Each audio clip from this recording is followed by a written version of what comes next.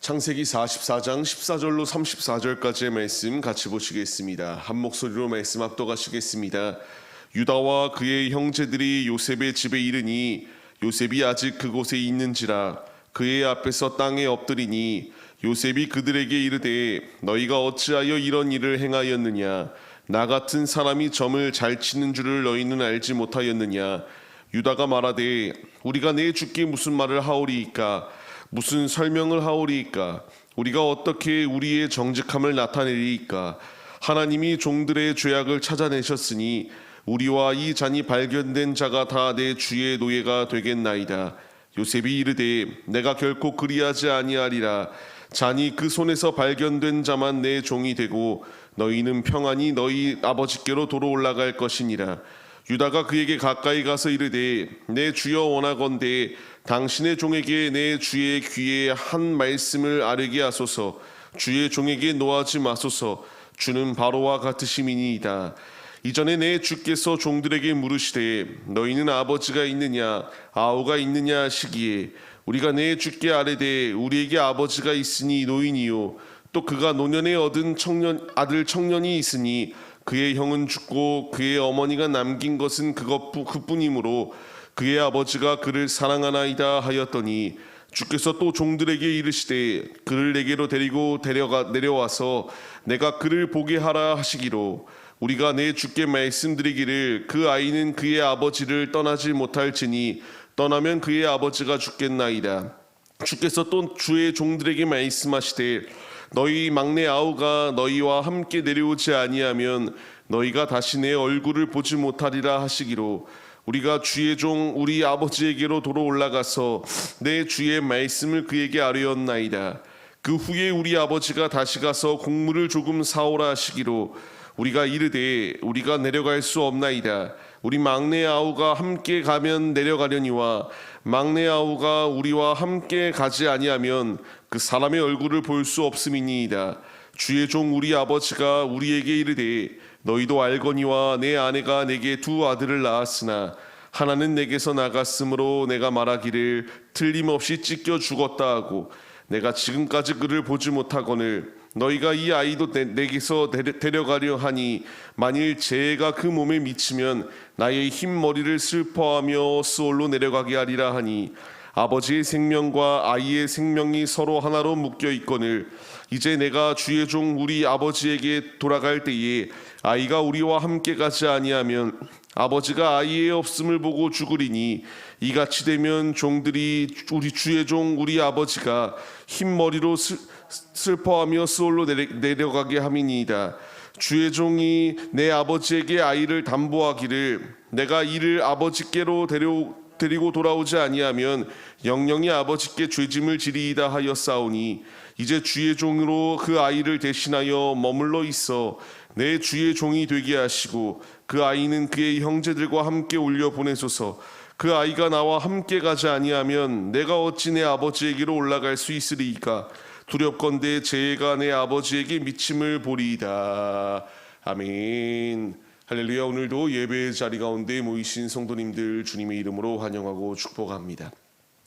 같이 나눌 말씀의 제목은 종으로 나를 세우소서라는 말씀의 제목 가운데서 은혜를 나누도록 하겠습니다.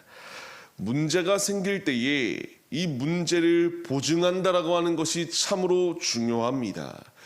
예를 들어서 학교에 다니고 있는 학생이 있는데 학교에서 잘못을 저질렀습니다. 그때서 학교에서 하는 행동은 부모님을 호출합니다. 호출하는 이유가 무엇일까요? 이 아이가 온전히 이 죄짐에 대하여 감당할 수 있는 그런 상태가 아니기 때문에 부모에게 불러와 이제 부모에게 다시 훈육을 제대로 해야 될 것을 교육합니다. 이때 부모의 역할은 내가 아이를 잘 훈육하여 잘 길러내어 이렇게 학교에 다시 피해가 가지 않도록 하겠습니다라고 하는 일종의 서약을 합니다. 이런 것을 통하여 이제 보증을 서게 되고 이 보증으로 인하여 아이가 학교에서 크고 작은 이런 무엇인가의 징계는 받지만 퇴학이라고 하는 최악의 상황은 면할 수 있도록 이런 길이 열리게 되는 것을 볼 수 있어요. 오늘 말씀을 보게 되면 지금 유다라고 하는 인물이 이와 같이 자신을 내어줌으로써 내가 중재의 역할을 하겠다. 이 요셉 앞에서 자신의 막내 아들인 베냐민이 잡혀갈 수 있는 상황에 놓여 있게 되니까 차라리 나를 잡아가야 된다라는 것을 말합니다. 이것이 참 대단한 고백인 이유가 무엇이냐면 이 형제들은 자기밖에 몰랐던 자들이었습니다. 오직 자기의 뜻대로만 삶을 살았던 이들이에요. 그런데 그 가운데서도 이제 자신의 동생을 지키기 위하여 자신이 종이 되겠노라고 하며 서슴없이 내가 이렇게 나가겠다라고 고백하고 있는 것이 이들의 상황이에요. 유다의 모습이 어떠합니까? 창세기의 말씀을 통하여 보게 되면 유다라고 하는 인물 자체는 형제들이 모여있는 곳을 이탈하여 죄악의 자리로 내가 원하는 대로 행동하며 마음대로 자신의 아내를 삼았고 이제 이런 자리 가운데서 자신의 주관을 대로 삶을 살았던 것이 유다의 모습이에요.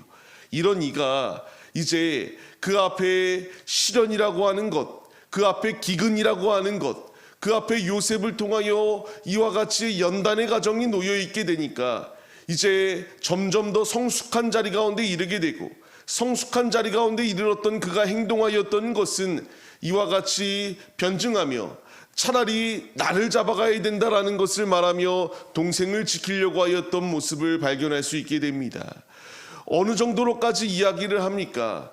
오직 자신이 잡혀야 될 분명한 이유가 내가 잡히지 아니하면 우리 아버지가 죽을 것이다라고까지 이야기하며 차라리 나를 잡으시고 우리 막내 아들은 꼭 살려주어야 된다라는 것을 이렇게 간곡히 부탁하였던 것이 유다의 모습이었습니다. 이 모습을 보면 무엇이 보이십니까? 예수 그리스도의 그림자가 보여야 됩니다. 유다가 잘못한 상황이 아니었습니다. 유다가 은잔을 훔쳤던 상황도 아니에요.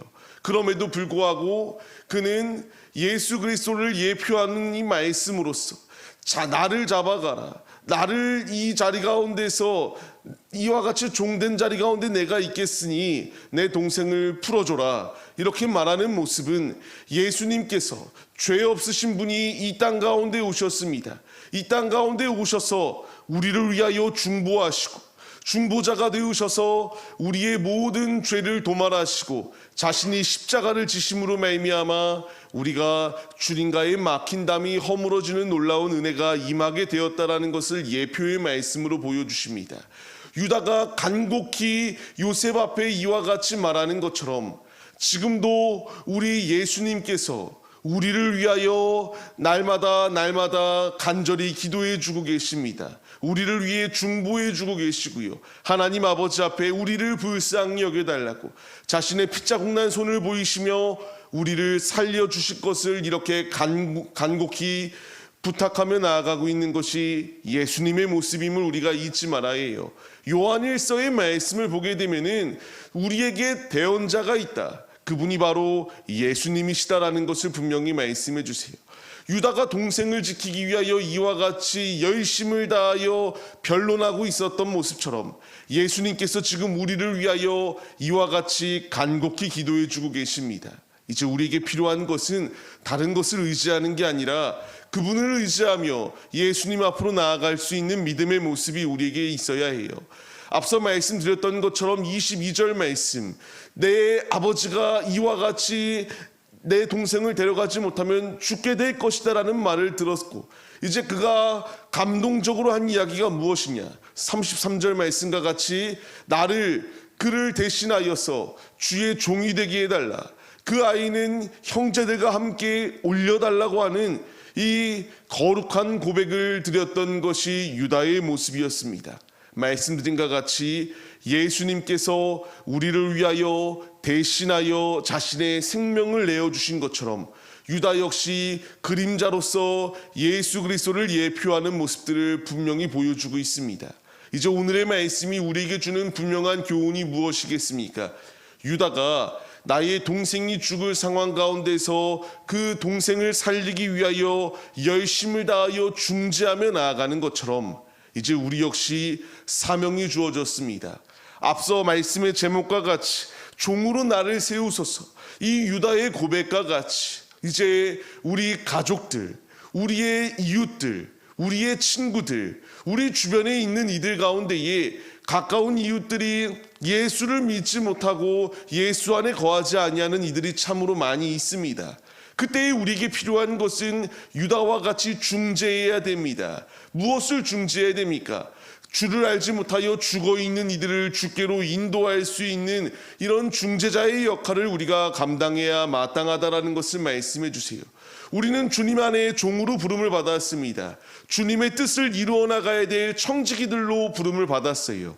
이제 우리에게 필요한 것은 단순하게 나만 구원받고 내 가족만 구원받는다가 아니라 주께서 우리에게 주시는 지상 명령은 땅끝까지 이르러 주님의 복음이 널리 전파되어질 수 있도록 주님의 사명을 감당하는 주의 종들이 우리들이 모습이 될 것을 우리에게 말씀해 주고 계세요.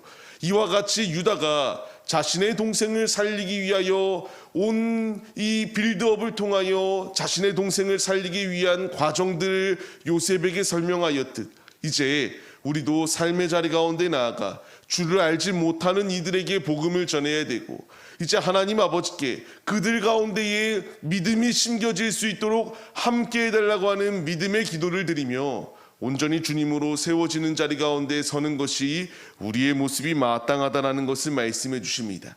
말씀을 받는 성도님들, 우리는 하루의 삶을 살아냅니다. 그날이 그날과 같은 삶의 모습이 아니라 날마다 신앙이 성숙해져 가야 돼요. 성숙해졌던 유다의 고백은 이와 같이 변증하며 주님의 길로 한 발자국 나아갔습니다. 이제 우리 역시 오늘보다 내일의 신앙이 더 성숙하며 성숙한 자리 가운데 있다면 우리가 부름받은 목적이 무엇인지를 분명히 깨닫고 매일의 삶의 자리 가운데서 삶으로 주님의 살아계심을 나타내야 되는 것이 우리의 모습이 되어야 함을 잊지 마시기 바랍니다. 우리가 말씀을 기억하며 주님, 내가 여기 있습니다. 주님의 말씀을 받은 우리들이 이제 주님의 뜻을 이루어 나가기 위하여 세상 속으로 나아갈 때에 단순히 세상의 것을 자랑하는 것이 아니라 주님을 자랑하는 믿음의 도구들이 내가 되게 하여 주옵시고 아버지 앞에 간절히 기도하오니 많은 영혼들이 주께로 돌아올 수 있는 믿음의 통로로 나를 사용하시고 오직 이 패역한 시대 가운데서 빛의 복음을 널리 전할 수 있는 사명자들이 되게 하여 주옵소서. 이 거룩한 결단을 가지고 오늘 하루도 힘차게 승리하시는 믿음의 도구들이 우리 모두의 모습이 되시기를 주님의 이름으로 간절히 축원합니다.